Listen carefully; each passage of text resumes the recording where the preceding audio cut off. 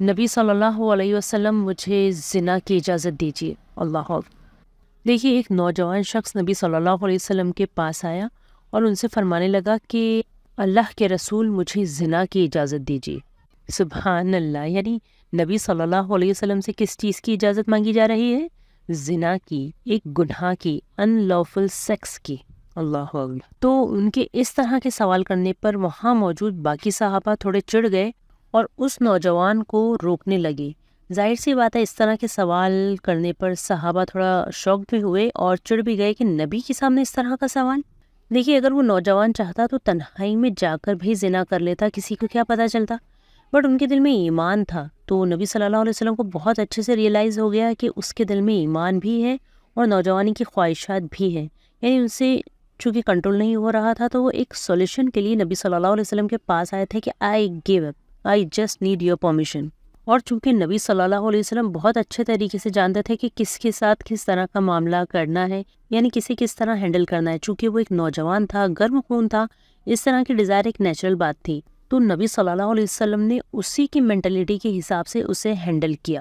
دیکھیے امیجن کریں اگر نبی صلی اللہ علیہ وسلم غصے میں آ کر اس سے کہتے کہ اللہ سے ڈر، اس طرح کے عجیب و غریب اوٹ پٹانگ بے حیا سوال کرنے کی تمہاری ہمت کیسی ہوئی، اور اس دن سے ڈر جس دن تمہیں اٹھا کے جہنم میں پھینک دیا جائے گا، تو پھر کیا ہوتا؟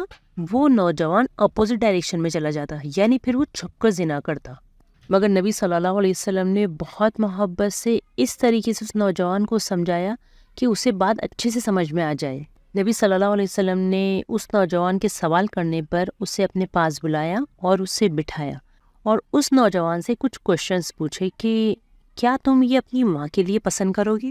تو اس نوجوان نے کہا نہیں، اللہ کی قسم میں آپ پہ قربان جاؤں، آف کورس ناٹ۔ تو نبی صلی اللہ علیہ وسلم نے فرمایا لوگ بھی اپنی ماؤں کے لیے پسند نہیں کرتے۔ پھر نبی صلی اللہ علیہ وسلم نے پوچھا کہ کیا تم اپنی بیٹی کے لیے پسند کرو گے؟ تو اس نوجوان نے کہا نہیں، اللہ کی قسم میں آپ پر قربان جاؤں، آف کورس ناٹ۔ تو نبی صلی اللہ علیہ وسلم نے فرمایا لوگ بھی اپنی بیٹیوں کے لیے یہ پسند نہیں کرتے۔ پھر نبی صلی اللہ علیہ وسلم نے فرمایا کہ کیا تم یہ اپنی بہن کے لیے پسند کرو گے؟ تو اس نوجوان نے وہی جواب دیا کہ نہیں، اللہ کی قسم۔ اسی طرح نبی صلی اللہ علیہ وسلم نے مختلف محرمات کی انہیں مثالیں دی کہ کیا تم اپنی پھوپھی کے لیے، اپنی خالہ کے لیے یہ سب پسند کرو گے؟ تو اس نوجوان کا وہی جواب تھا کہ نہیں۔ پھر نبی صلی اللہ علیہ وسلم نے فرمایا جس کے ساتھ تم زنا کرو گے وہ بھی کسی کی بیٹی ہے، کسی کی بہن ہے، کسی کی ماں ہے، کسی کی پھوپھی ہے، کسی کی خالہ ہے۔ چونکہ ان کی فطری غیرت جاگ گئی تھی، اس نوجوان کے دل میں آخر ایمان تھا، غیرت مند دل تھا، تو اسے بہت اچھے طریقے سے احساس ہو گیا تھا زنا کتنا بڑا گناہ ہے۔ جب ہم اپنی ماں، اپنی بہنوں، اپنی بیٹیوں کے لیے پسند نہیں کرتے تو کوئی اور بھی کیسے اپنی ماں، بہن اور بیٹیوں کے لیے یہ گناہ پسند کرے گا؟ یعنی نبی صلی اللہ علیہ وسلم نے جب اس شخص کو اس کی محرمات کی مثالیں دے کر سمجھایا تب اسے فوراً احساس ہو گیا۔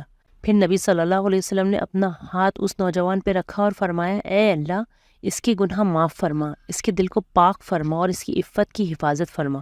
دیکھیے راوی کہتے ہیں کہ اس کے بعد اس نوجوان نے کسی بھی حرام چیز کی طرف توجہ نہیں دی، یعنی اس کے بعد اس نوجوان نے کسی کی طرف آنکھ اٹھا کر نہیں دیکھا۔ سبحان اللہ، کیونکہ نبی صلی اللہ علیہ وسلم نے اسے اس کی ماں سے، اس کی بہن سے کمپیئر کر کے اس گناہ کی سنگینی کو سمجھایا تھا۔ آپ فرق دیکھیے کہ آج اس طرح کے سوال کرنے پر ہمارا ایٹیٹیوڈ کیا ہوتا۔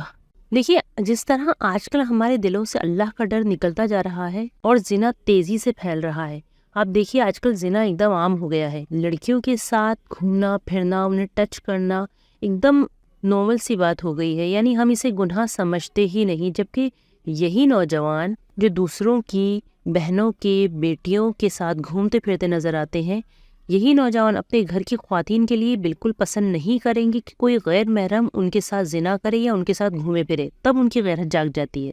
یعنی ہمارے اندر آج کل ڈبل اسٹینڈرڈ والی غیرت ہے، اللہ اکبر۔ لیکن آپ امیجن کریں آپ کے ایریا کی مسجد کے امام کے پاس اگر کوئی نوجوان آ کر اس طرح کی ریکویسٹ کرے اور زنا کی اجازت مانگے تو کس طرح کا رسپانس ملے گا اسے؟